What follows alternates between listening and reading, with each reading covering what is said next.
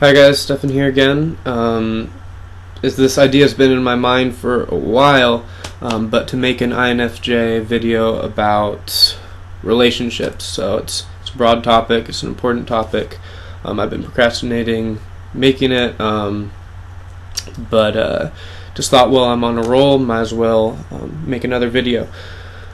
So after I made my first INFJ video, which I never expected would ever be so widely viewed by people, what that's done is created some pressure for me now.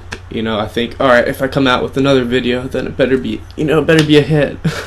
So I think that's added to my procrastination of putting another video out. But I'm just trying to jump over that and just speak my voice out into the interwebs and just say things how I see it, and if other people benefit from that, then that's good. So preliminary point I want to make is that anything I say in this video is my perspective as an INFJ. I mean, if you think I'm an INFJ, at least I believe I'm an INFJ, but it's going to be kind of a mixed perspective between what I know about INFJs as far as their cognitive functions, and then also how, just more personally how I see that play out in my own life and relationships. So the first thing about relationships that I have to talk about is just in Platonic relationships, strictly. This is a difference that I think pretty much all INFJs will generally agree upon and identify with, is that I feel like I'm pretty intense compared to most people. And why I think that is, I think that comes with being an introvert in some ways, maybe the particular sort of introvert that INFJs are, with the introverted intuition that's pretty otherworldly and deep and mysterious, all that, or as some people say, crazy, right? There's kind of an intensity that I find in my relationships that's different. I don't really consider myself that intense, but when I compare myself to other people, I notice it. While other people are out, we're in a circle of people, social gathering, people are talking about, the weather, sports, and types of coffee, and I'm like, I just want to, shoot myself, because I feel like, all right, what are we really doing here? What are we talking about? Are we really talking about that? What I want to do in my relationships, what I desire foremost is to connect with people, to know them, know kind of what makes them, what they're passionate about, what makes them tick, what their story is. That's what I'm interested in first.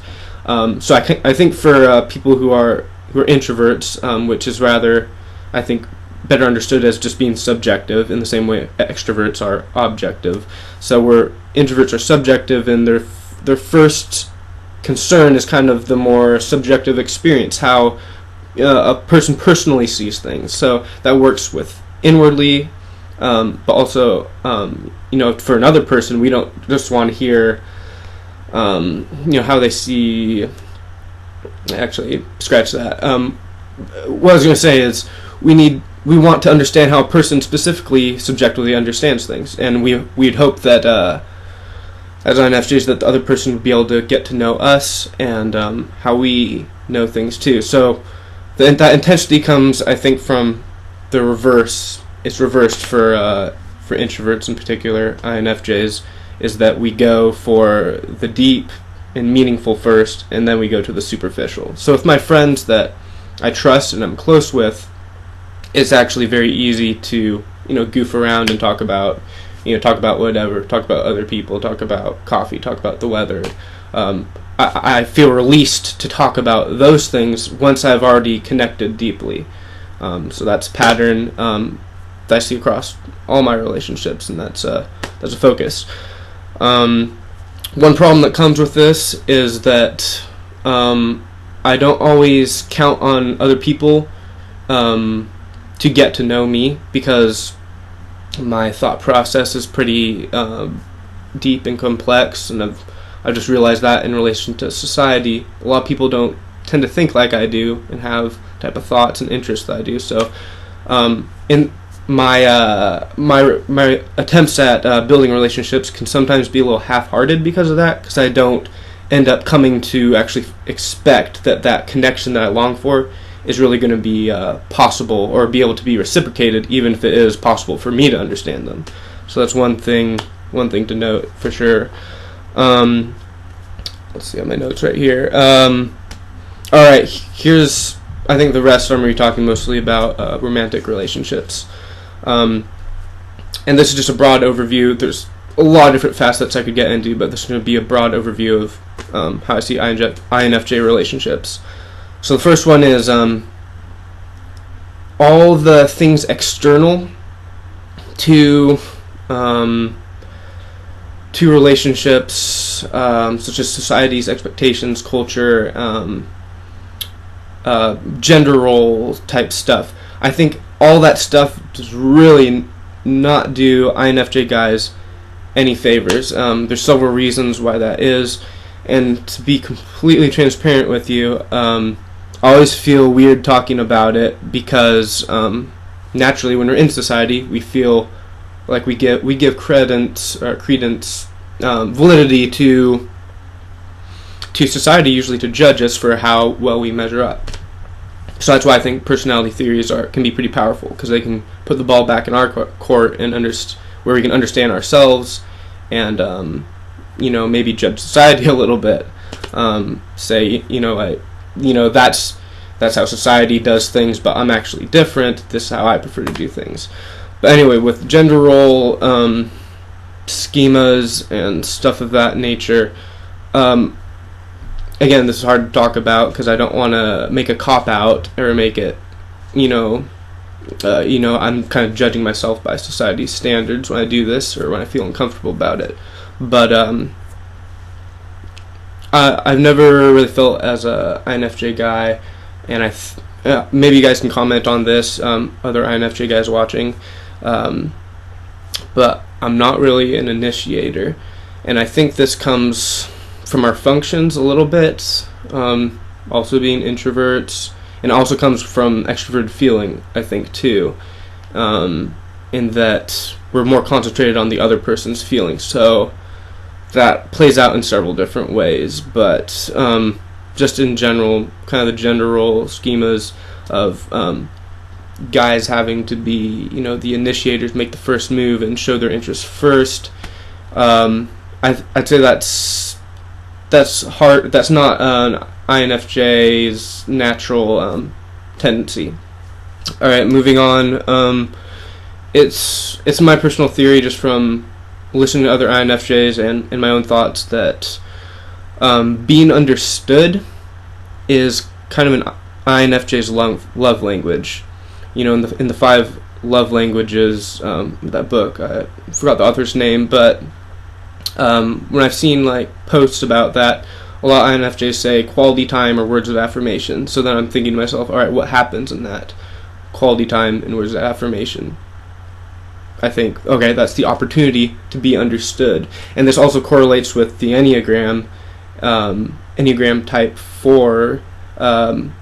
I think that's very similar. We want to be known as our authentic and unique selves, and that's kind of the thing that we long for most in relationships. Let's see. And so I'll just speak personally on that. One thing that I look for most in a relationship is just that being able to be understood. So that's why I talked about before. I'm not always. Sometimes I put a half-hearted effort in because I'm not always sure if the other person will be able to get me, even if I'm able to understand them. I'll put it this way. One of my favorite authors said it like this, but he said that I want a girl who makes me feel alone, and that's kind of how I think about it.